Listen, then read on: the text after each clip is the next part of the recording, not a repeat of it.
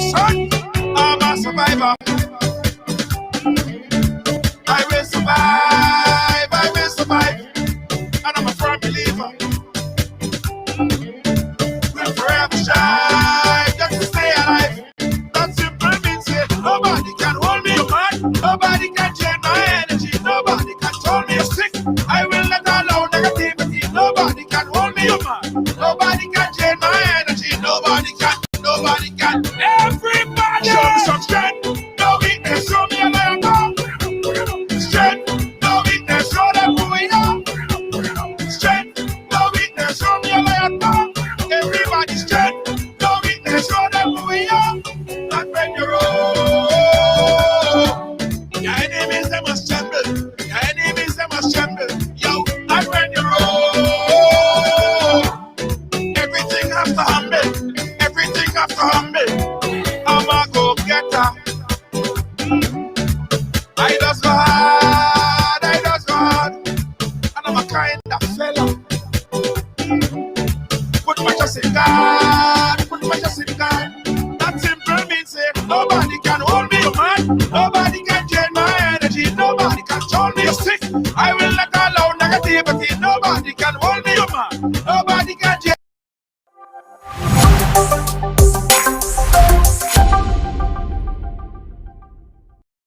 Williams Funeral Service serve you with dignity and compassion as you mourn. Every day, we embark on the journey of life, and one day, the journey will end. It's on that day that you can entrust the celebration of life of your loved ones to David Williams Funeral Service. Call 718-291-3823. And when you roll, everything has to humble. Everything has to humble. Right now, you have to tougher and stay on this battlefield. What's up? Right along. Welcome to the ride. Welcome to Tuesday on the ride. Yeah, man. Welcome to Tuesday on the ride, guys. I'm happy today. I am happy today. Could anyone guess why I'm happy today? And listen, anyone guess why I'm happy today? Getting 1 free point on Friday's game. Tell me, why am I happy today? Why am I so ecstatic today? Huh? I am happy today, guys. I am happy today. How are you doing? Welcome to Ride Along Live. We do have an exciting program lined up for you. Rachel, how are you doing? Big up yourself. Thank you so much. Hey, Ian Baker, how are you doing? Thank you so much. Chantel, how are you doing, Chantel? Chantel, could anybody guess why I'm happy today? Could anybody guess? Any guess? Good evening to you, Serafina Kwashi. You gotta be strong in this time. Because you're alive and well. Oh. I will survive. Ding, ding, ding, ding. I'm a believer. Meline, you love the song? You love the song? Stay alive. That simple means it. Yeah. Nobody can hold me. True survivors. Yeah, all of that stuff makes me happy. Every day is an amazing day for me. Yeah? Every day is an amazing day for me. Any day that you get up and you could breathe, you have your family around you, you could enjoy all this glory and blessings, man. You gotta be happy. Yeah, why stress? Why stress and hot up your head and man, leave that for later. But listen, one of the top reasons why I'm happy today is because I got an opportunity to speak to a very, very, very nice survivor today. And what made me more happy is that she decided to come on the program and chat with me. Hey, I'm ecstatic. Ladies and gentlemen, today we have a young lady by the name of Angelique. Hope I'm getting that name right. It's French, okay? Angelique. She gonna assist me in getting it right. But Angelique is on the program today, guys. Let me give you guys a quick glimpse of my guest. You see that? You see how beautiful? Look at Angelique. Get on. Yes, Angelique is on the program today, guys. Naomi Jr., it's my birthday today. Huh? Oh, happy birthday. Tomorrow, okay. Naomi,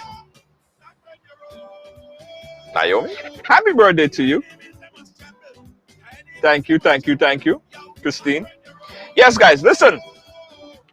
Before we start the program, I want you guys to take this opportunity and do one thing for me, right? You see there's a share button right somewhere at the bottom there, somewhere around here, down here. I want you guys to hit that share button and put this program on a page, put this program in a group, put this program on a friend page. Even if someone you ain't talked to in a long while, I want you to tag men, I want you to tag women, I want you to tag every person you know right now. Even if you have to tag them 5 times, tag them right now. It's important we have this conversation. You know, just a few weeks ago, we had a very, very sad situation where a young lady was killed. A young lady was killed, stabbed over 30 something times by her strange boyfriend. We spoke about that at length. And we told you guys that this is not a reactive conversation. We have to be proactive in this conversation when we're talking about domestic violence. There are questions that we need to discuss, dive deeper into, especially the question of domestic violence and why do people stay in domestic situations. Now, Angelique is going to be helping us to understand this a lot more. You know why? Because she been through it, she lived through it, and she completely understands. A lot of people say, but why? You in a domestic relationship, he's slapping you, he beating you up, he kicking you up. Why don't you just leave the damn man? It's not that easy. Angelique would explain to us the whole scenario, the whole situation. And of course, we're going to take your calls live as well. So in the next 30 seconds, guys, before we bring in Angelique, I want you guys to share the program right now. Share the program right now before we start. Share the program right now. I'm going to do it as well over on my page. Let me share it a couple times. Let me share it a couple times as well. Hey, Jane Chateau, big up yourself. Thank you so much for joining in. Let me share it over on my page as well. There's a group that absolutely they would actually not follow me again if I didn't share it on their page, and I have to do that right now.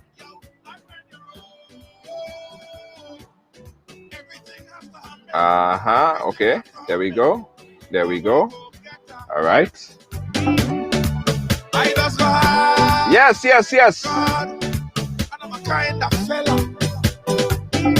One more page. Nobody can hold me, man. Nobody can drain my energy. Nobody can hold me sick. All right, guys, it's about that time. Help me introduce my guests for today. And I know we're going to spend some time getting the name right? Because I oftentimes mess up people's name.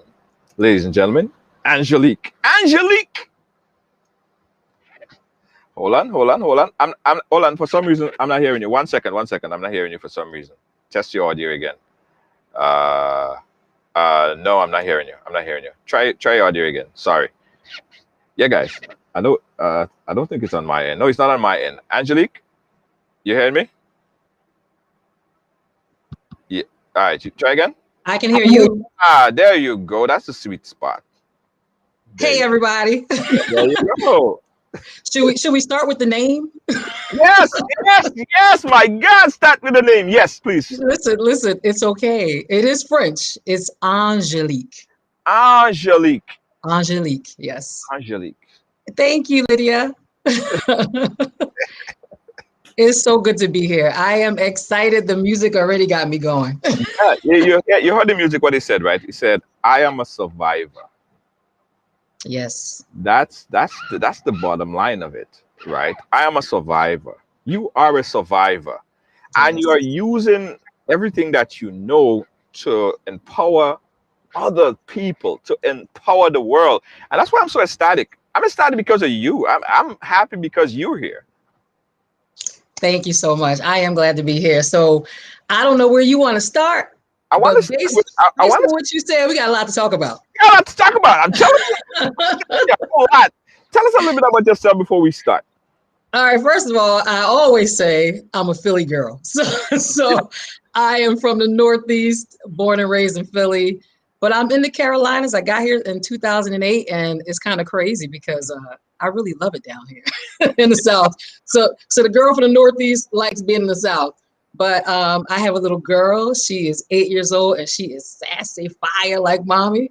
But yeah, I mean, this is some of the work I do. I do work in domestic violence. My full-time job, my 9 to 5 is something totally different. But I do a lot of work in the arena of domestic violence awareness because I just can't let it go unspoken. I cannot. What I went through, what some of you who are watching probably went through, what people who will watch the recording went through, it has to stop. And so I spend a lot of time reading, studying, talking to other people, sharing my story, because this thing is a beast. And it happens way more than I think anybody thinks it happens. And for reasons that we'll talk about today, I don't think people understand. That is so true. Yep. I'll ask you a question at the top, right? And then we're going to get Yep. into the story. Yep. I have a situation with a young lady who I'm counseling on a daily basis. Okay. She is in a abusive type relationship. In fact, it is so bad that her boyfriend, a young guy, by the way, he's not no kind of, I don't understand the authority that she allowed him to have over her, but we'll talk about this. Yep, So we'll get there. he controls everything that she do. If she make a glimpse and ever open up a Facebook and watch a program like right along, and he find out about it, he would beat her, he would slap her, he would do all this stuff to her, right? She have no freedom, she have no contact with her family. In fact, she's like in a prison inside of her own home. She have no money. He gives her everything that she needs. He give her when he thinks she needs it. If she asks for it, he beats her up, and everything bad, right? So Everything bad. I asked her the other day, I said, so, tell me a little bit about your story. And she told me that. So I said, okay, so what do you want to do? She said, you know what? I don't want to leave. I'm going to stay. Forget about it. Forget about I told you anything about that. I just want to leave. I just want to stay exactly how the relationship is right now. So the question for you is, before we get into your story, why is that? Why is she making the conscious decision to stay in a relationship, although the relationship is toxic? Totally get the question. And that's like the question of the decade. People don't understand. And I got to say something. I don't know her story. I don't know exactly what her situation is, but I will tell you there are 3 things typically driving it. There's a cycle that we call the cycle of abuse. And that's everything from, it starts off great, and then there's tension building, to there's some kind of incident, and then there's like this honeymoon phase when the person comes back and they do all their apologies and the makeup sex and all that stuff that happens. But there are 3 things typically driving the cycle. The first thing being love, because I can guarantee you when she met him, that's not what was happening. People don't meet people, get punched in the face from day one. It doesn't happen that way. It is a slow process over time. So she fell in love with who she thought he was and has been unable to admit to herself that he is none of that. He's none of that. So love is the first thing.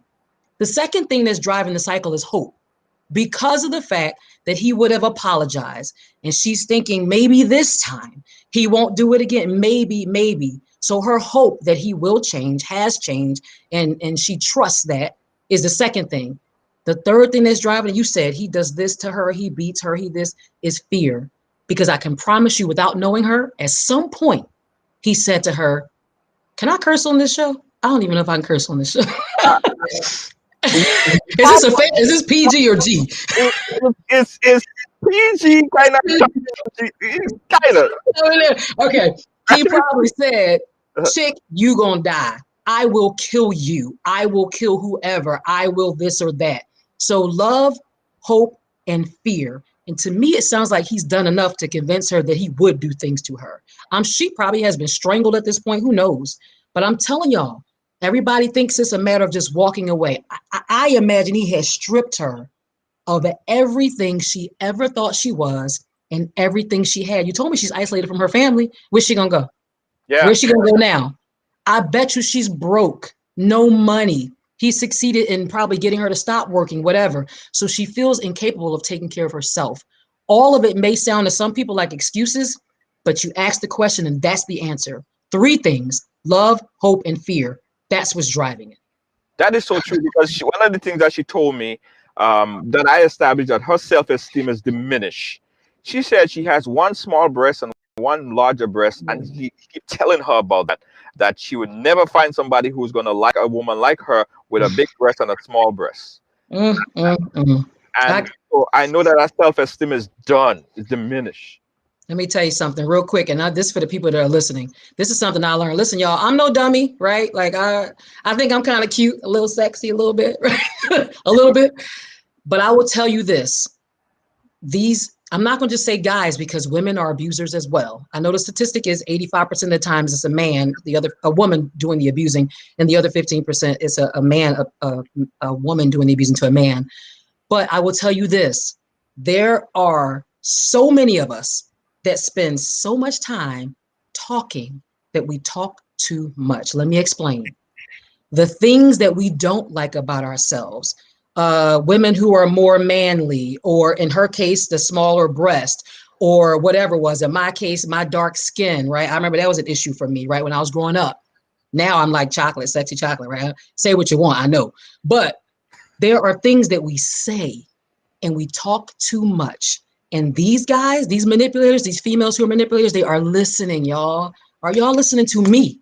They are listening to what you don't like about yourself, and they're storing it in the back of their minds until the time is right, when they have gotten you so wrapped up in them, and they begin to use those things against you. And then you start to question yourself, and but what did I say earlier? You love them. So in your mind, but he didn't mean it that way. I know he didn't, or I know she didn't. And so you allow these things to keep happening when you know that they are tearing you down, but you don't know how to pull yourself out of a person that you love, who you hope will change, and who you fear might hurt you. It is a disgusting cycle. Disgusting. You said, right? And I want to go into your story right now. You are a beautiful woman. You are, I mean, everybody says it. I mean, come on, you know it. You probably heard it 100 times. Thank you so much. One so beautiful like yourself, right? With all the self-confidence that I'm sure that you have, get entwined in, not entwine is probably not the word. I know what you mean. Be in a abusive relationship and not just say, yo, I'm out of this. I don't have to deal with this. What's your story? Okay. So here I was, the girl from Philly, right? Like, y'all, I'm telling y'all, I grew up in the hood like many of us did. And I believe my way out was through education, right? So I go to school, I go back to school, I study, I get my job, I get my career, I move with my company, I'm doing what it takes to grow. And I get to this place where I have the degrees, I have the home as a single woman that really could have held a family. I got all these things going on for myself, and I'm still trying to climb. But then what happened? I felt like, well, what's missing? I mean, I'm in church, I'm praise dancing, I African dance. I'm like, I kind of got it. Now what? And my now what was, well, I guess I need to get married. Like, it's time, right? Like I'm getting to that point where I want to have kids. And I felt like it was my next step, which makes sense, I guess. I mean, it makes sense. And I will tell you that I honestly believe I was too ready. I felt too ready to get married. So when the person came along that, you know, the old ladies at church, the women at church that talk to you, the mothers, and it's like, girl, and I heard these exact words, God will bring your man, your husband, as far as the East is from the West. And get ready for this. I was in the East, and sure enough, he came from California. Are y'all listening? So in my mind, answer prayer, right? Answer prayers. Look at this. This is amazing. And he didn't come swinging and punching and calling me out my name. I told you, he came bearing gifts. He was charming. He could sing, you know, he would all that stuff. And it was like, I don't need what you have, but I like that you know how to give me what I like. And so it was sweet. It was a lot of time spent. It was the attention, all the things that he understood I cared about. And, oh, this part drives me crazy to even say it. And the spiritual side. I was dancing in church. I was walking the abstinent walk. Oh, he was in church, you know? So I'm like, okay, this is good. This is really, really good. So I thought I was getting, first of all, I thought I was getting what God sent me. Let's start there. I was incorrect, but also I thought what I saw was a person who was living for God, trusted God. I made a lot of mistakes. When I talk about miscalculations, let me get a new calculator because the one I was using ain't work. so bottom line is he presented himself to be probably what I said too much out of my mouth. I'm telling y'all, these guys listen. So what I said, I think he mimicked. He also understood I wasn't going to accept, but so like you had to be a certain kind of guy for me to even let you in my space. So he was those things. So how'd I get caught up in it? Because he was able to be a chameleon. He was able to be what I was looking for. And I thought that's what I got. Now, don't get me wrong. There was stuff, listen, y'all, if we gonna go really real, get really honest, there was stuff that I saw that I can say at times I chose to overlook. That I didn't put enough weight on what was wrong. I put more weight on what I liked. I put more weight on what made me feel good. I put more weight on what I felt like I needed at the moment. And it still bothers me now. We talk about those yellow flags that people ignore. And I definitely had yellow flags. Absolutely saw them. But when someone, I'm gonna go back. When someone think about, that's fine. When someone think about abuse, right? And correct me if I'm wrong, right? When someone think about that power that a man or woman in position use over someone else to empower them, they think of that person being either financially unstable or dependent on that person because that person, they see them as an authoritative figure, right? But you well put together, I'm sure you're making your money, you're doing your thing. How does someone of an economical class, like that economical class, get into a situation where they become dependent on someone who's not even in the economical class? Oh my gosh. Because let me tell you, oh God, I love you. Let me tell you, because what I was looking for, like I had what I needed, right? I had what I needed. He was working, of course. He didn't come like some bum dude. Like I shared this with you. He was living in a condo off the lake, right? He was driving a Lexus. He was buying whatever he wanted to buy for me. There was nothing too good for me, right? At least that's what it looked like on the surface. Now I know what was really going on, what he really didn't have. I figured that out along the way.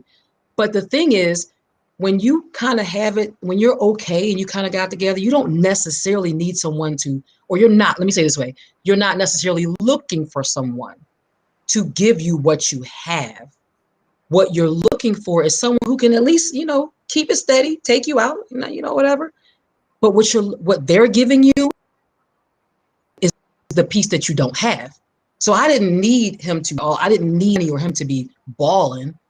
I needed him to be taking care of himself, being able to sustain what we had going on. But the other parts, the emotional parts, to be honest, the sexual parts, the man-woman thing, you can't get that from just being yourself. You need a partner for that. And that's what he was giving me. And so that person comes in, woos you, gains your love. Listen to me, y'all. They gain your love and your trust. And when they've got you trusting in who they are, even though that's who they pretend to be, when the switch flips and stuff doesn't make sense, you keep holding on to the perception you had from the beginning. Does that make sense? You still hold on to the perception you had from the beginning because you can't really rationalize this other person. So something must just be wrong. We're just having a rough time in the relationship. I must have really upset him because this isn't who he really is. I know who he is. And so that's a lot of what happens is that it doesn't make sense. And that power and control thing that's happening, that cycle that's starting, you don't even know what's happening because the love and the trust that you have has almost blinded you from what's actually going on.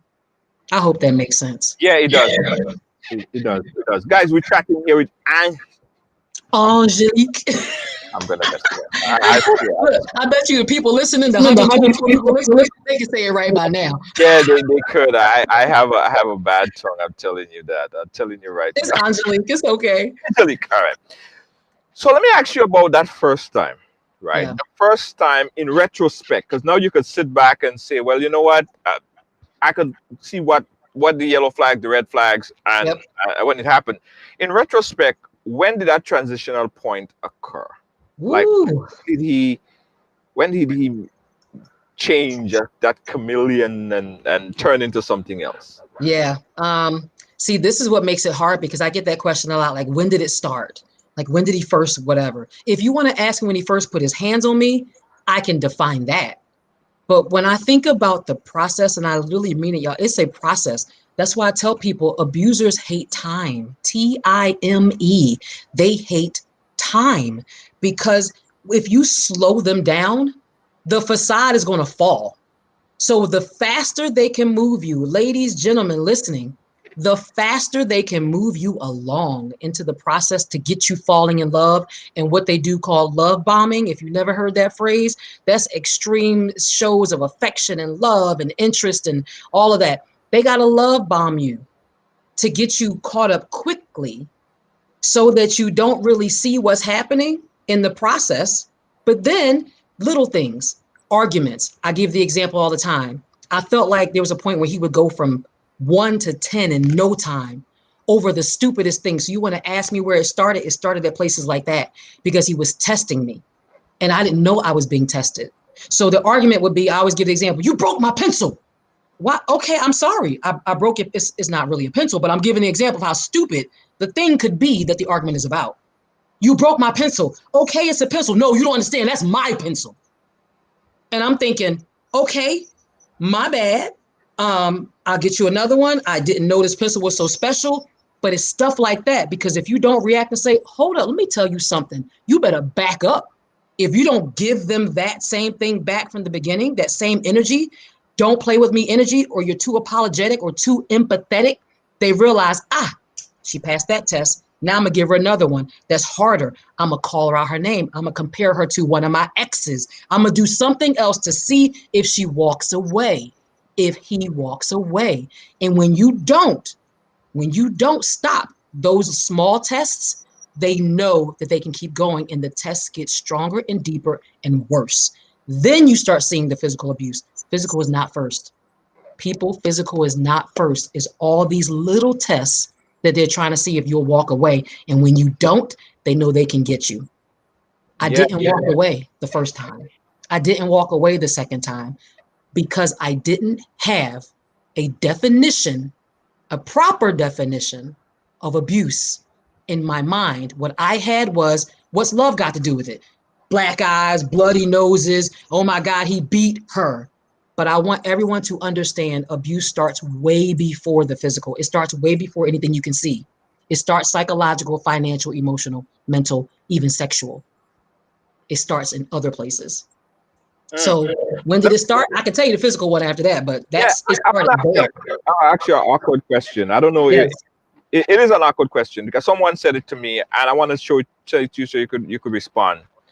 Do women make abusers? Like, here's where I'm going with it, right? A man would be with a woman. He would never put his hands on that woman, or a woman would be the man, because it goes both ways. We had situations on the show before where we have a man was abused by his girlfriend. So it goes both ways. A man would be with a woman, or a woman would be with a man, and he never hit that woman, or he never hit that man. Then they get into another relationship, and he started you. So do women make or accept certain things that turn men into abusers? Let me give you my opinion on that. My opinion is no. Because if you say that the victim makes the abuser abuse, then you are placing the fault with the victim and not the person who did the act. And I will never accept that. True. Never. Okay. So when people say the abusers need anger management, let me tell y'all something. Okay. They ain't angry about, and I said ain't on purpose. They ain't angry about nothing, double negatives. They ain't angry because to be angry would mean that the victim did something to cause the abuser to be angry. Abuse is power and control. It's power and control. The person who is doing the abuse wants to gain and maintain power and control. It is not about the other person because they will abuse me, her, him, them, the cousin, the niecey, the auntie, doesn't matter. It's about them, not about the victims. I hate saying it, but it's not personal. I hate saying it. I hate thinking I went through something that wasn't about me. but I was the next. I hate thinking I was just the next, but I was.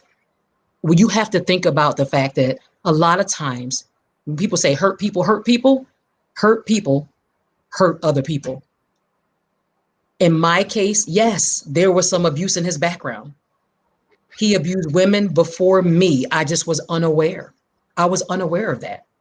So a lot of times what you see come out on the other side has a lot to do with what they saw growing up, has a lot to do with what they saw as a teenager, whatever the circumstances are. But I will never, ever say that the victim caused the abuser to abuse, because that's a lie. Yeah, that's true. That's a lie. Let's talk about the first time for you. The first time he physically lifted his hand and Yee. in that way. Let me pat my upper lip on that one. Yeah.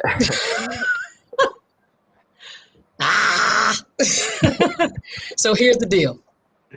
So I am a new mom. I just want to be clear, y'all. I was never married before this. I never had children before this. So this was everything was new to me. Like, I was so excited to be a wife and a mom. And then I got this. Damn. So anyway, my baby was a little bit under 2. Maybe she's 1.5 or something. And I remember I was washing her in the tub in the master bathroom.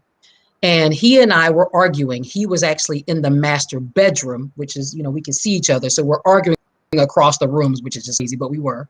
And I'm trying to bathe her while I'm arguing. And it was about money, about my money that he wanted, because we had planned for him to go somewhere, but now we can't afford it. Like, and I told you, I grew up in the hood. I spent so much time getting out the hood, and to be broke again because of this fool, for lack of a better word, pisses me off. But anyway, I'm saying we can't afford this. And I basically said, I was on my knees washing her, and I got up and I just said, I tell you what, I won't give you the money at all, and you just won't go. And when I tell you that was the switch, that was the switch. So he came charging from the master bedroom into the bathroom toward me, and I felt like my life was flashing before me. Like, I didn't know what was about to happen, but I knew something was about to happen. And so he came toward me, and I kind of braced myself. And again, my baby's right there next to me in the tub. And I braced myself, and I thought he was going to punch me right to my face. He did not. He actually used open hands. And I guess that he had his hands tight like that. Boom, right in my chest. So he hit me right in my chest, which sent me, now this is a pretty large size bathroom. It sent me across I stumbled back trying to catch something. I finally fell into the double sink behind me. Now, I told y'all in the beginning, I'm from Philly, right? You heard me say that. So in my first mind was, I will kick you. That's my first mind. But then I was like, oh, you like 6'1", 260 pounds. That's a lot. It's a lot. And honestly, I'm joking, but honestly, I remember in that moment, I heard my daughter cry. And she was crying, screaming because of all the commotion. And so it was because of her that I stopped. And so I didn't know what else to do but start talking trash. We all know how to do that. Whatever, you want to hit me now? You think and I'm doing all that kind of stuff. And in my head, I'm thinking, oh my God, like all of this, now what do I do? Because people say what? They hit you one time, they're going to hit you again. That's the first thing I thought. They hit you one time, they're going to hit you again. What do I do? He left. I called the domestic violence hotline, and I was just looking for somebody to tell me something. Like, this is what happened. And the first thing she said was, do you think he's going to do it again? And I'm like, I don't know. I don't know. And she suggested that I call the police. And you know what I said? I can't. That's my husband. That's my daughter's father. Like, I'm going to call the police on him. The answer was yes. That was the answer. But I could not bring myself to call the police, because what I tell you in the beginning, 3 things: love, hope, and fear. That love that I felt for who I fell in love with, and the hope that it wouldn't happen again. It wasn't fear yet. It wasn't total fear. It was the love and the hope that made me not hang up with the counselor and call 911, which is what I should have done. And I didn't. That was the first time. So do you see a lot of that where you have that protection? The victim protects the abuser. You slap me, you kick me, but I ain't gonna press charge because I love you and you love me. It just happened the first time. Then he does it again. Oh, it just happened the second time. He does it again. Talk to us about that protection. And at what point do you say, like, yo, That's the last time you're gonna kick me in the ass, man. I love that. Yo, yo, that's the last time you're doing this. Oh man, you know, it's complicated. Can I just tell y'all, I like statistics. I like numbers. I'm analytical. And the statistics tell us, first of all, listen to me, y'all. The statistics say that 1 in 4, depending on where you look, is 1 in 3. 1 in 4 women experience domestic violence in her lifetime. Now, I want you to think of, or tomorrow when you go to work, or Sunday when you sit in church, or wherever you worship, I want you to count off every 4th person. Take that in just for a second. Every 4th woman has experienced it in her lifetime. The second thing I want to tell you is that on average, it takes up to 7 times. And that's an average. And if y'all know math like me, that means there's people above 7 and people below 7. On average, it takes 7 times for a victim to actually fully, completely leave their abuser. So this is what I'm telling you. The protection thing is not uncommon, because you've got these things driving your understanding, and you've gotten so far. I hate to say, you've gotten so far into what you think is love. You've gotten so far into this. I never been, like, when I tell you, I was never married before. Like, this was my husband. I was in the church. You learn in church that you pray.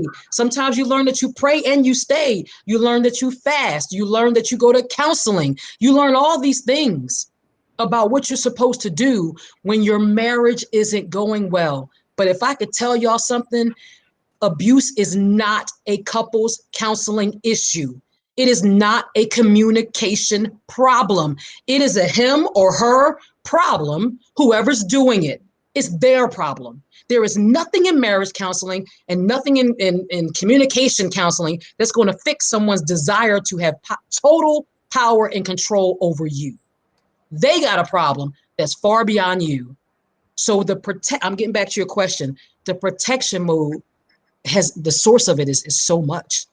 You never know if that woman herself, like, I was not abused, but there are people who were abused, who grew up in that scenario and almost think that it's commonplace. Like, they've made the abnormal normal because that's what they knew.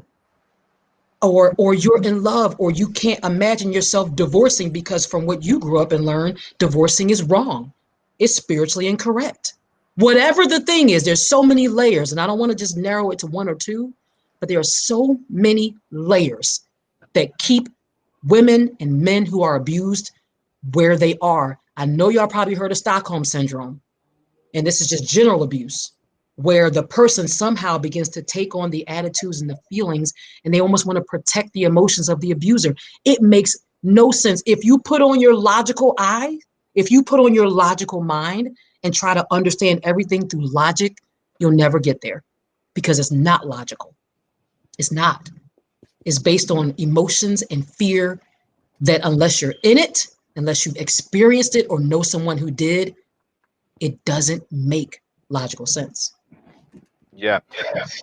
Guys, I saw someone ask a question earlier, and I apologize for my whole screen just got very, very dark. I usually have light to prepare It's okay. for this, but here, guess what happened?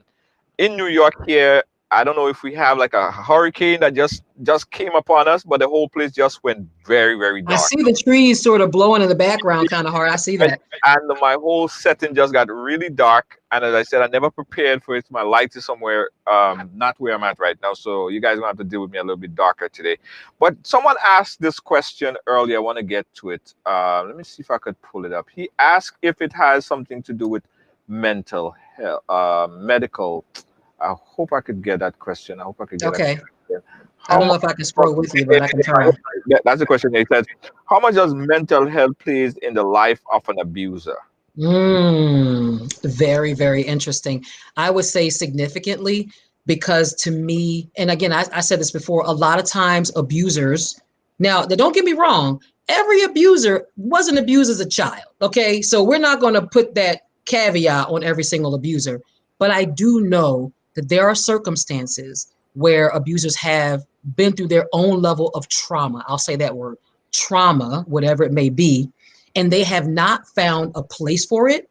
It has not been explored. They have not healed from it. And so a lot of times we expect people to do specific things or what we would do in reaction to our trauma. Unfortunately, it doesn't work that way. Some people become evil and they throw darts out their mouths. Some people do all kinds of things, other things that don't make sense. Some people turn to drugs. Some people turn to gambling. Some people turn to pornography. Whatever it may be, there are different ways that people react to their own trauma. Now, so that's one set of abusers.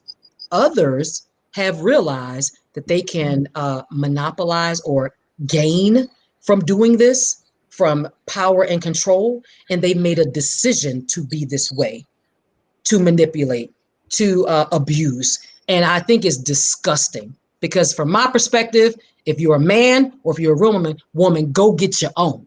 Go get your own. Do your own work. Make your own money and stop trying to monopolize and manipulate other people. I can't stand it. I'm a pull yourself up from the bootstraps kind of person. Make your way, drive your life. Take control, own your life, you own you kind of person. So when I think of people who do abuse for those reasons or commit abusive acts for those reasons, it just disgusts me. But in general, it does. So yes, it's a mental health issue in some instances. Others, I think that people do, I guess they're opportunistic and they take advantage of others because they see a weakness, they see a crack in the dam, and they open it further. Just my opinion. Yeah, you get a major endorsement from Dr. Augustine Pancho, who is a clinical psychologist. He's been on the program a number of times, and he's saying that you're absolutely right about the abuser. Counseling cannot fix an abuser. He or she needs to deal with the shit independently. Thank you. Thank you. I'm going to assume you're a doctor. Doctor. Yes. Thank you.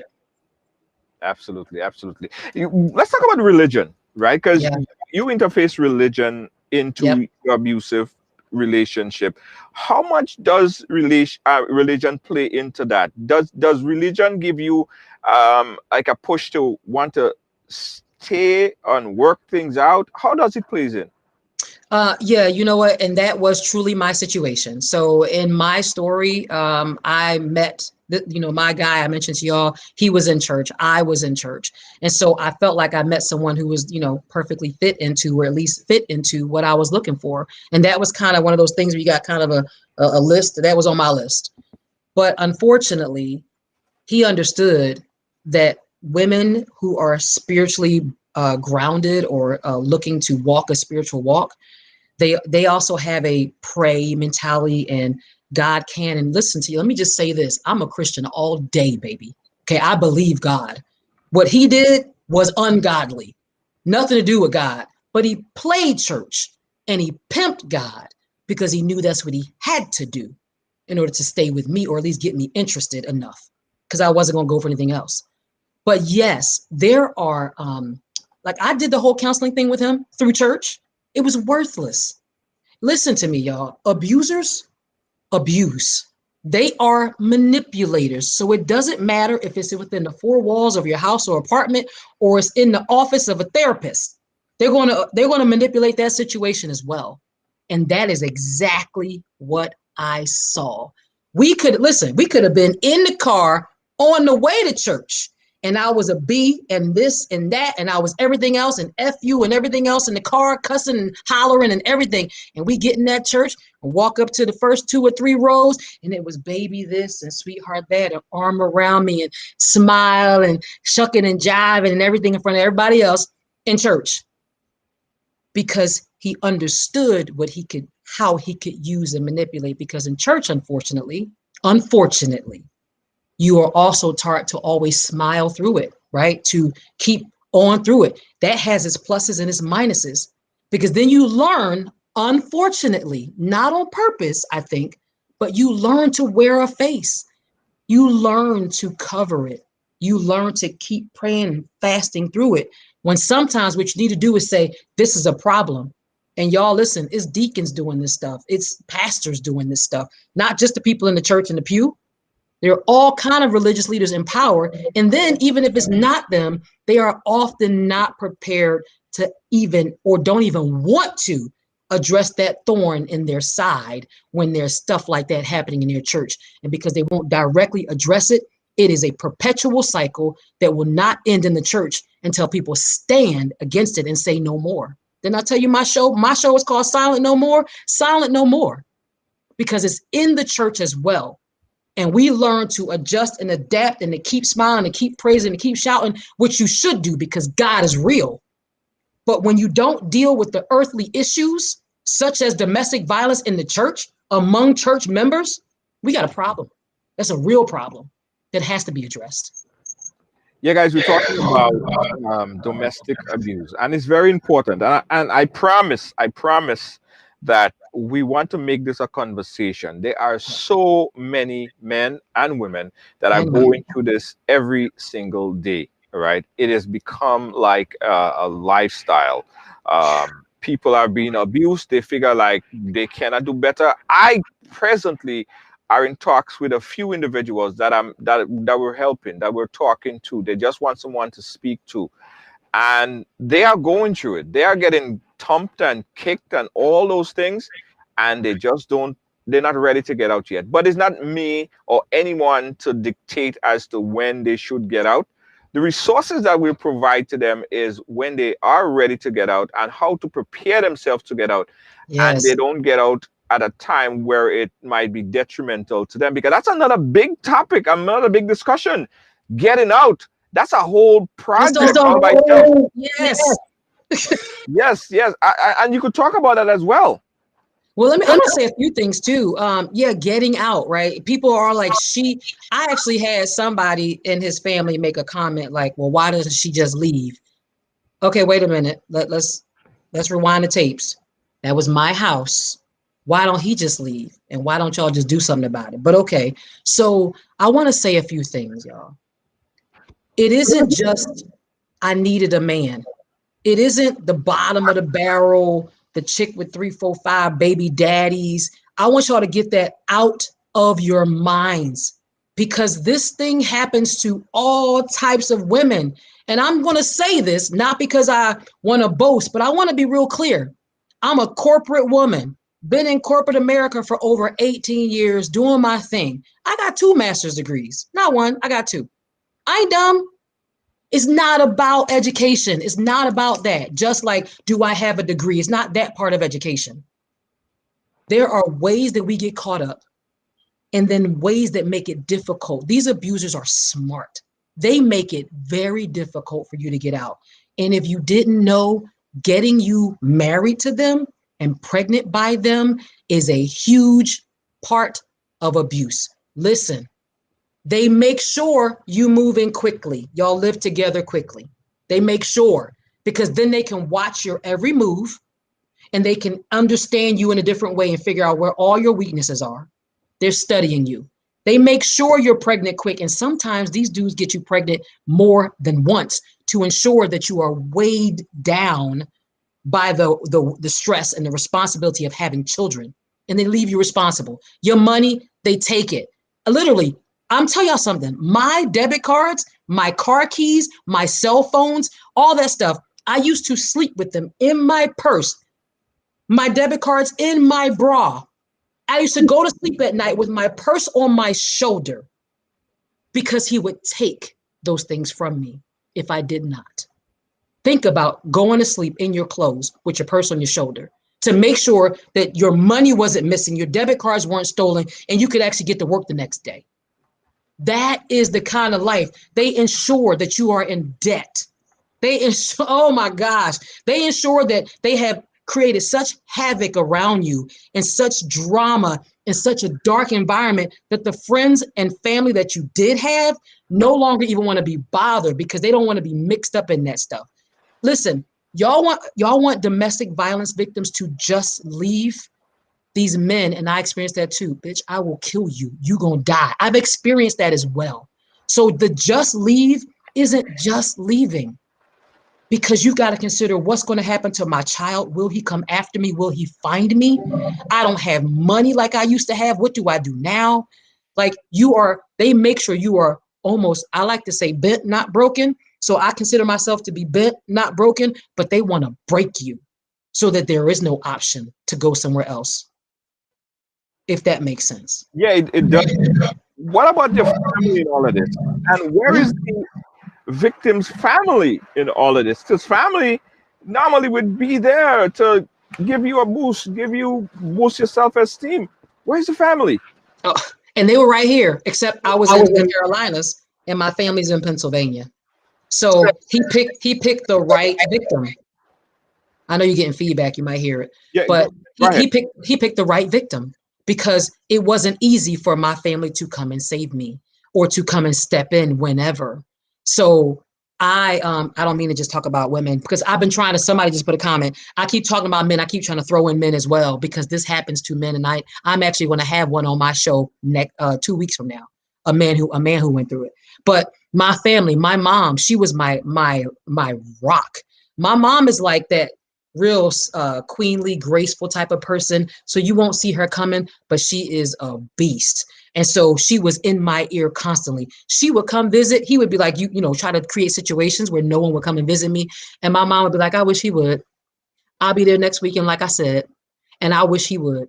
And she would come in and she would do her, hello, how are you? Right? But it was like, how do you get me out of this thing? Like I was borrowing money from my mom.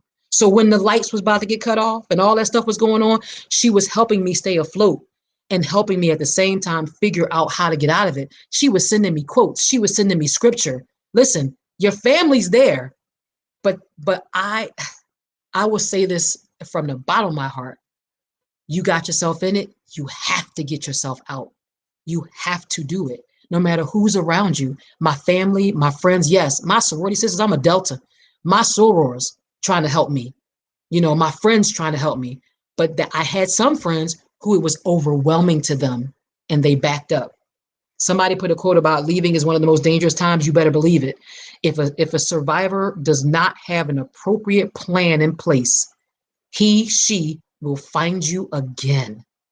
And it is truly one of the most dangerous moments. It's like within that 2 weeks of when you first leave, it's considered to be some of the most dangerous time. So your family's there. I'm going backwards, Junior. Sorry. Your family's there. Your friends are there. But there are some people who say, I can't deal with this. This is too much. You're not even the same person that you were. I don't know what this all is. I don't want to come to your house. I don't want to call because I might actually get you in more trouble for calling, or it's just too much when I do call. So some people back off. It's unfortunate, but it happens. Yeah. I lost my best friend in that process. I lost my best friend. And we've seen it out so many times. We've seen it on right here on the program. When, as I said at the beginning, I was telling you, just a few weeks ago, we had a story with Dr. Pancho. Yeah. We was analyzing a situation of a boyfriend who killed his girlfriend. He stabbed her about 30 something times, right? And he stood over her. He looked as if he was, you know, he just stood over her in a menacing way with a knife in his hand. All of that caught on camera and in front of her 16-year-old daughter, make it even worse. So it's devastating. But we don't want it to get to that point. We want it to talk to people. We want to encourage people. We want to give people resources, because that's all we could do: give resources and advice. Yes. To look for the signs, those warning signs, very important warning signs. But another thing I want to touch on, because someone there talk about it, I think Johnny speaking about it, men get abused as well.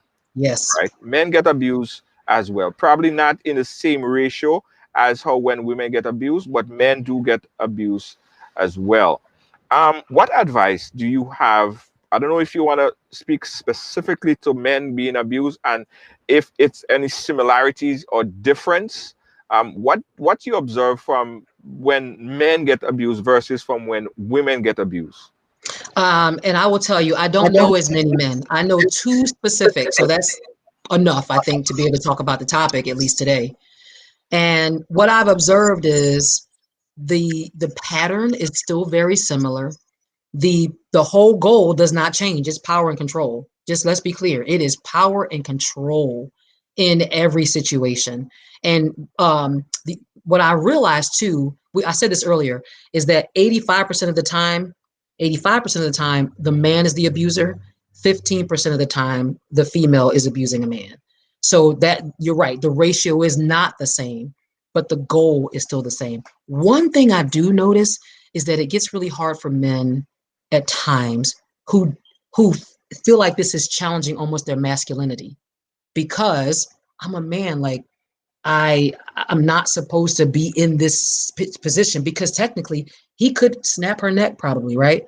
So it's hard to admit it at times, and it's that whole thing of, I was taught not to hit women. A lot of men were taught not to hit women, and so they try to restrain themselves from doing that because they were taught to never. Just like we were taught to pray and stay kind of thing, they were taught to never, and it's been ingrained for so long. And so trying to then swap that and say, I'm going to turn this and force this person to stop. A woman they love is still in the process. Hope is still in the process. I don't know exactly how fear plays into it when it comes down to the male side. So I can't wait to talk to my male survivor in 2 weeks. But I do know that she was aggressive, and the same circumstances, the physical assault, all that kind of stuff, like to the point of almost killing him. So I feel like the situation is very similar, very similar. The one difference is, I would say that for a man, there may be, and I'm speaking out of me being an observer, there may be more of it's hard for me to admit it, more so because I am a man, and are people going to believe me? And when the cops show up and she pretends to be the one who's being abused, am I going to go to jail for calling the cops because I'm the guy and I'm bigger than her? I'm bigger than her. Are they going to believe that she's abusing me? There's a lot of questions when the cops arrive and there's a man who's the victim. It is a very, very interesting thing to see. Speaks from some experience, right? Life experiences where men that know and would never hit a woman, and Yep. you would playing that back in your head, I would never hit a woman, I wouldn't hit a woman. But what happens sometimes, and guys, this is personal experience here. You would have women that would push up on you, that would slap you, that would taunt you, that would push their finger all up in your nose, in your nostril. And then you would try to move away from that, and you would get the antagonizing following and just antagonizing. Hit me. Because if a man ever put, and in her head is like, if you ever hit me, you know what's gonna happen. So a man a lot of times have to have more Restraint. like more strength. Like, you know what, I'm not gonna do this. She's taunting me, she's punching me, she's pushing her hands up in my eye, but I have to be strong. I'm going to leave. And when you leave, you call a punk, you're embarrassed in front of the kids. So it takes an extra strong man to walk away from a situation like that. Yes. So it's a little bit different in terms of the power and control. I think men who don't do it, and it happened to me, I had to walk away and leave and go someplace, and then they will still get the follow. I even got a couple times in my face, but that's for another ride along sometime later. No, but I hear you. And men experience it. So I just wanted to say that for men who go through this, and we don't want to call it, because if you do call the police is going to be like, what? Really? What are you calling us for? You're the man. Handle damn thing. Mm-hmm. Yeah, exactly. It's a very different response. And it's kind of sad though, because I mean, in my situation, the cops were called so many times. But get this, my ex learned the value of not blacking your eye or, blooding your nose, because he realized that when the cops would come, the story would be my word against his, right? Who did what? They couldn't really tell. So he would do things that would not create bruises or any kind of bleeding. And the police, I want to like the police so bad. I really want to, but it's really difficult in these situations because, and I told you, Junior, one of my situations at the very, very end was my ex tried to throw Drano on me. Y'all know what Drano is? Y'all know what Drano is. It's a chemical. It's meant to break down things and burn through things. And he tried to throw it on me. I got out the way. Thank God I got out the way. Called the police. It was, stains on the bed where I was laying, on the clothes next to me, right? Called the police. In the process of the police coming, he had the wherewithal to go into the closet, grab one of his own shirts, put a little bit of Drano on his shirt so that when they came, he could say it was an accident. Look, it got on my shirt too. See, it was an accident. And I'm like, okay, police officers, can you just for a second put on your thinking cap, just for 2 minutes, put your thinking cap on. How could it get on his shirt that was over here, The clothes is in the basket right here, and the bed I'm laying in, and it was just an accident. All three places, it was just an accident. So it's very frustrating because you try to call the police to get your help, to get their help. I'm sorry. You try to call the police to get their help, and they come in, and because according to what they said to me, Miss Pierce, did it get on you? No, it didn't. So the Drano didn't get on you? No, but he tried to. I got out the way. That's how it didn't get on me. Well, technically, the sheets and the things it got on, he's your husband, so he owns 50% of that. So, you know, he hasn't done anything criminal yet, were their words. He hasn't done anything criminal yet. So we just gonna wait until he does something criminal? I mean, put it together, people. It's Drano. How did it get over on the bed? It's for a kitchen or a bathroom. So it gets very frustrating when, as a victim, you do call for the help and you say, look what he's doing. And they leave and say, we can't take him out of here. Sorry. He ain't break your nose yet. He didn't choke you out yet. It's ridiculous. It's ridiculous. Yeah, and I see the justice system. It almost wait until something happens Yeah, it's bad. or there's any reaction, and that is like what we saw. You know, there have been instances where you have report, he's gonna kill me, and what we always say, I think Dr. Pancho said it the last time here too, you need to have a restraining order, and getting a restraining order so that that person don't come in contact with you. Absent of the restraining order, the person could come in the house because they reside there. Isn't it something like that? That's how it works.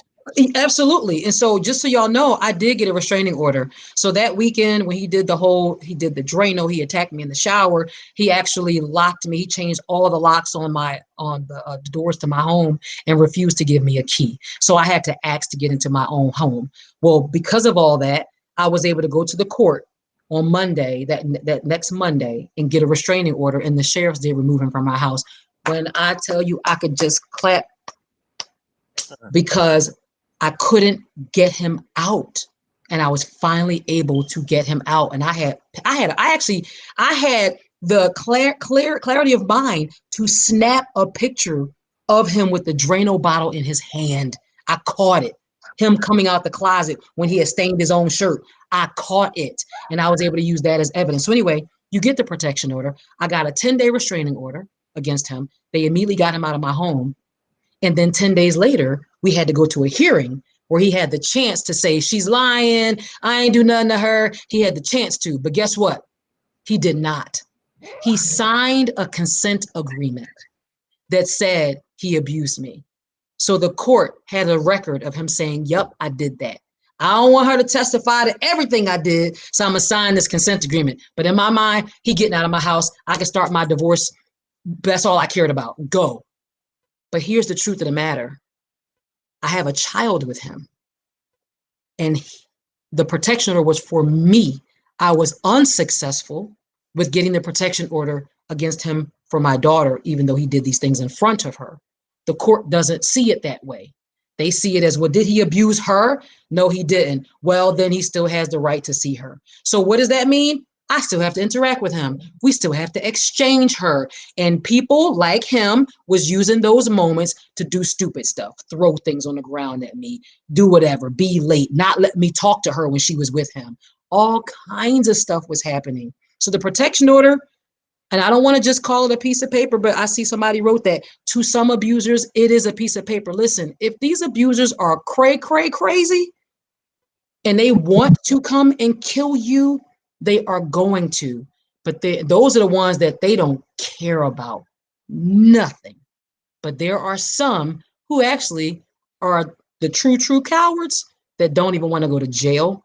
So they don't want to do too much to find themselves in jail. So they don't upset the restraining order. They keep to it. So praise God for the fact that I now have a restraining order for him, against him, until my child is 18 years old.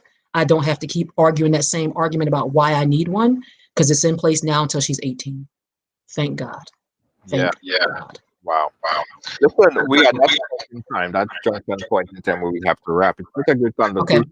people are texting me saying they're learning so much and they really appreciate you coming and talk to us about this. I want us to summarize it a little bit, right? For people who are going through this right now, let's speak specifically first to the women Okay. that are being abused. Then I want to touch a little bit on the men that are abusing. We have some choice words for them as well. But let's talk Oof. women that are in a situation as we speak. They are snug into a bathroom watching right along, and they have it very low because they don't want the abuser to hear. That's exactly And right. they are scared for their lives. What advice you have for them? Oh my gosh, so much. Let me say this to you first. This is to all my victims who are current victims and even survivors. Let me just tell you that it was never, I said the word never, all caps, bold, underline it, whatever you have to do. It was never your fault. I don't care what he said. I don't care what lies he's told or what people have said around you. You didn't come into the situation saying, hey, do this to me, please. This is what I want. You came into the situation looking for a relationship. They showed you what you wanted to see, unfortunately, and you accepted it and you believed it. But at the end of the day, someone else's behavior, someone else's abuse is never your fault. But what you do have to do, what is on you, is for you to find the courage to get out and the strength to stay out. That is for you to do. Now, when you talk about getting out, it can be very complicated. It is always complicated. And I don't want anybody to take that lightly. You don't just leave. You need a plan that involves a safety or includes a safety plan. You got to think it through, not on your own. You need someone else to do this with you, but you have to get out and you have to stay out. But one other thing I'm going to say to you is, and when you do get away from this one, I promise you, right down the street, at the next job, in the grocery store, there'll be another one just like him. My sister's friend says something to me I will never forget, and I say it every chance I get. Because I used to be like, and he did this to me, and then he took this from me, and then he. And my nickname is Shorty. I'm not short at all, but that's my nickname. She says, Shorty, you spend too much time focusing on him and what he did and what he said. She said, forget him. Take the focus off of him. Put a paper bag over his face. Listen, put a paper bag over his face and focus on the personality. Because if you don't catch the personality and you get lost in what that one person did, you will run into another one just like him. And because his name wasn't the same as his name, you'll not realize that it's the same personality. And you will find yourself right back in the cycle of abuse and struggling to get back out again. I hope that was good, because I'm telling you, those are some of the things that I just wish somebody would have said to me. Abuse doesn't start with the punching. It starts way before that, with psychological, mental, emotional, financial, sexual, and a lot of times the physical is the last thing to show up. So that's to all my women. We have a question here from Marisha Mitchell. She's saying, how long has it been since you got away from your abuser, and how was it done? All right. I separated from my abuser in December 2017. My divorce was final in December 2019. And I will tell you that when I went that weekend and I got my protection order, this haircut came during that same weekend. So that was a symbol of me saying, no more. You will not control how I look. You will not control where I go, who I talk to, how I work, and how much money is in my bank account or what I do with my body. So this was a part of it, December 2017. Okay. And one last thing I want you to do for me, because there are a lot of people who are watching and their self-esteem is depleted. It's done. They don't like themselves. They need counseling. They need advice. They need support. They need strength. What could you tell them to boost that self-esteem, to love themselves again? Okay, I have a few things to say. First, you are stronger than you know. You are stronger than you know. When in your situation, and I was in it, so I know what it's like to feel like, gosh, I always feel like I'm so stupid. I can't get it right. I'm constantly upsetting him or whatever it is. And you begin to think less of yourself, but you are beautiful. You are a queen. You are a queen. And I always tell people there's a quote out there. She remembered who she was and the game changed. She remembered who she was and the game changed. So you define you. Another one, you define you, no one else. You define you. You are a survivor, not a victim. You are a survivor. When I think about, oh my gosh, there's so many things I can share with y'all because I've seen so much and I've been through so much. And when I think about how I got to where I am, I had a very special counselor who said a few things to me. And one of the things she said to me, she said, Angelique, when you come in here, you're saying certain things that I know are not true. She said, from now on, I want you to put your thoughts on trial. Put your thoughts on trial. So when you get to a point where you're telling yourself something and you're speaking things that are not life, when you're speaking death to yourself, put that thought on trial. Is that really who I am? Is that really what happened? Is that really what I need to do? And you got to do the judge jury thing. Okay, you know what? That's really not the truth. I really am awesome. I really am beautiful. I really am smart, no matter what he said. Put your thoughts on trial. Look yourself in the mirror. Thank you, Patricia. Look yourself in the mirror and say, I am beautiful. I am wonderfully made. Beautifully and wonderfully made. So, yes, that's what I would say. I mean, you've got to find help because the picture that he's painted for you, you are looking through his or her eyes, whoever the abuser is. You are now looking and seeing the world through their eyes. Everything you see is incorrect. It is a distorted picture of who you actually are. You have got to get to the right person who can help you reclaim who you are, get back to who you are so that you can properly see yourself. You need someone else to help you do that. And finally, I want to touch on the abusers. They're sitting there and they feel guilty. I don't know if they feel guilty. I don't know if there's anything like guilt in their characteristic. Not if they're a narcissist. They are not guilty about a thing. They're watching the program. Speak to them a bit. Okay, so I have obviously very strong feelings because to me, again, abusers are not angry about anything. And I'm speaking to you. You're not angry. I don't know if any of you are listening, but I need you to know that there's people like me who are out here. And we are out here spreading a very specific message. We are cracking the code. That cycle of love, hope, and fear, that power and control wheel, those things that you use to manipulate, we are out here bringing awareness, breaking down facades, and building conquerors. Bringing awareness, breaking down facades, and building conquerors. I want you to know that we are frustrated by these behaviors. They are tearing apart whole lives, families, communities, and countries. Abuse is never okay, ever. And so it is my prayer, if you are someone who is abusive, it is my prayer and also my duty to be on here and to say things such as, you got to get yourself some help. I believe every person can be helped, but it has to come from way deep down in your gut that you want to do better and you recognize that this is just wrong. Some things are just wrong. Abuse is just wrong. And so if you are currently abusing someone for whatever gain there is at the other end, my ask, my command is that you release them and release their spirit to live free. Release their spirit to live free. Because what you are doing is creating a slave, and that's never okay. So I pray for you and that you will, in fact, go and get yourself the help you need, because you can be so much more powerful if you join this fight to stop abuse.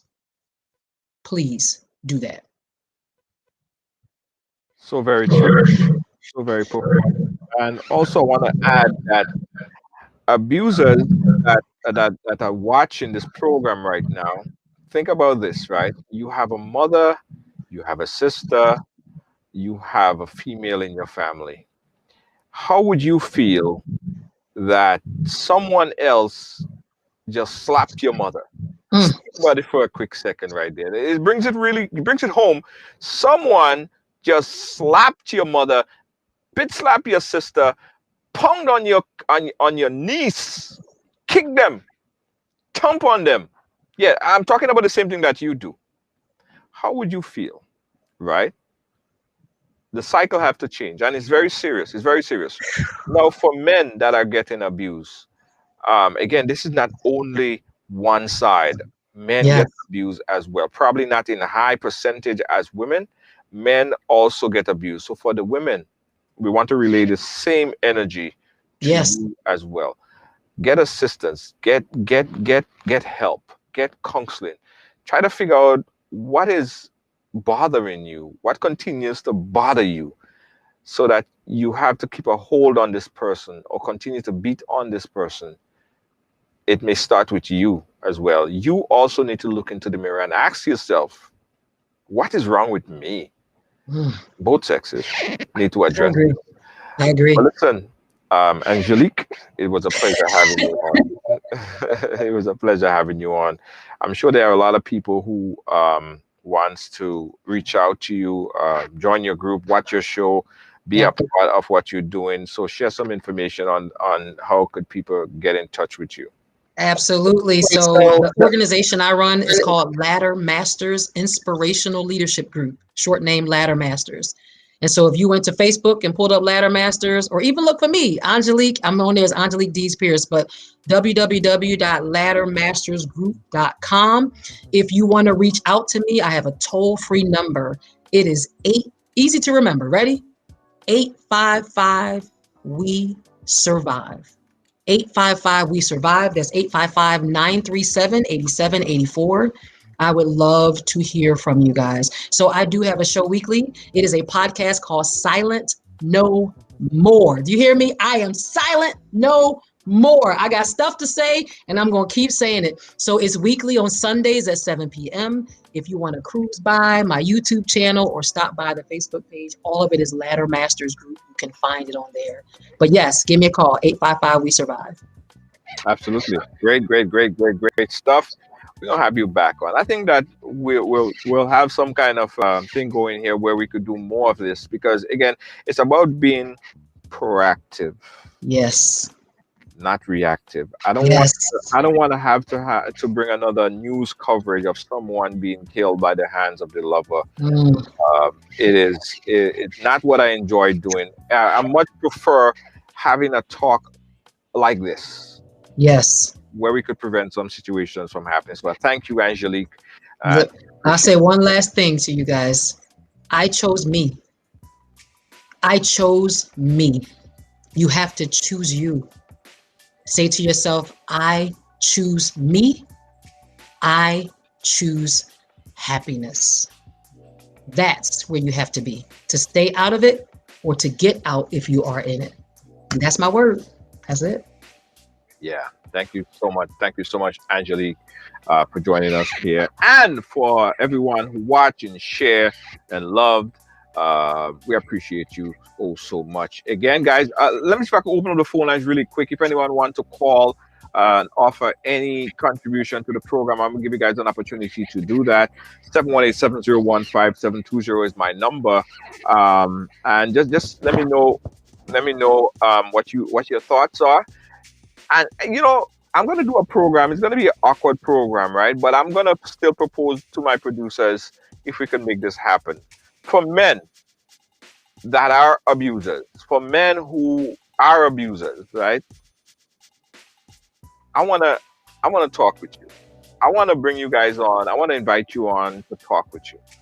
I wanna hear what and why, because everyone have a story to tell, right?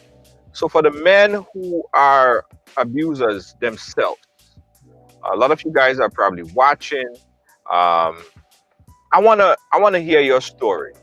Let's talk. Let's talk and see, because the only how we could really get into your head is if we get into your head. We gotta hear you, right? So I want to hear you. So let's set this up. Let's have a conversation. Let's have a conversation and see how we could change the narrative a little bit more. Someone say, "Oh, you crazy? You want to talk to them abusers? Leave them alone. They should go." Whatever. Nah, it's important. Let's have this conversation with some abusers. We're gonna try to schedule that coming up on the next couple of weeks or so. Thank you so much. We appreciate you. All right, guys. So, for the folks that's watching us on YouTube, we want to say thank you so much. We appreciate you. We appreciate everyone. Don't forget also that we are moving a lot of our broadcasts over to our YouTube platform. So we want you guys to join us over on YouTube. Subscribe to us on YouTube. Just I think the link of my producers, my moderator is going to put the link there for our YouTube channel. Go over there and subscribe to us on YouTube right there. And yeah, check us out on YouTube. Subscribe to us on YouTube. Also, our 24-hour broadcast channel, our 24-hour broadcast platform is riderslive.com. There's always something to watch over there, guys. There's always something to watch over on riderslive.com. So check us out right now at riderslive.com. 24 hours of programming right there. Don't forget also we have our support group. So if you need any support, assistance, you join our support group and we'll try to get someone to help you out. Or you could also call our number. There's always someone there to help. And literally, there's always someone there to help. We get calls all hours of the night, and it's like we don't sleep. We actually do, but it's like we don't, right? But we're always there. So if you need assistance at any time, you could definitely reach out to us and we'll get you in touch with someone who could counsel you through this process. Very, very, very difficult process in life. All right. So this is the website, guys. Again, it's riderslive.com, riderslive.com. That's the link. That's the website. And also, guys, if you love this program and you want to see this program continue to grow, we want you guys to support us in whatever way. Become a supporter of the Ride Along Live. Become a supporter. You can make a donation, a contribution towards the program at any time. The link is also pasted at the bottom. If you have a story to tell, remember, Ride Along Live, where everyone have a story to tell. We want to get you on. So come on, inbox us. I want to hear your story. All right. What else? We have some community stuff happening, guys, over like in the next couple of weeks. We're going to tell you guys about it. But keep it locked here to Ride Along Live, where everyone have a story to tell. I'll catch you guys again tomorrow. Peace out. Bye-bye. Good night. Welcome to TD Bank, where you'll find the personalized attention you deserve and the legendary experience you expect. Let's do business. If you are a medical or dental practitioner, contact me to hear about our tailored lending solutions for residential mortgages, equipment purchases, practice-related commercial mortgages and refinance. Visit me at 500 Baychester Avenue to hear more about our full range of personal and small business banking solutions. See you soon. Feeling hungry, grab a snack. Caribbean food delight. Jamaican patties, light and flaky. Caribbean food delight. Taste the difference. Caribbean food delight. Grab a patty, take a bite. Caribbean food delight. Quick and easy, grab a patty, take a bite. Caribbean food delight. Oh yeah.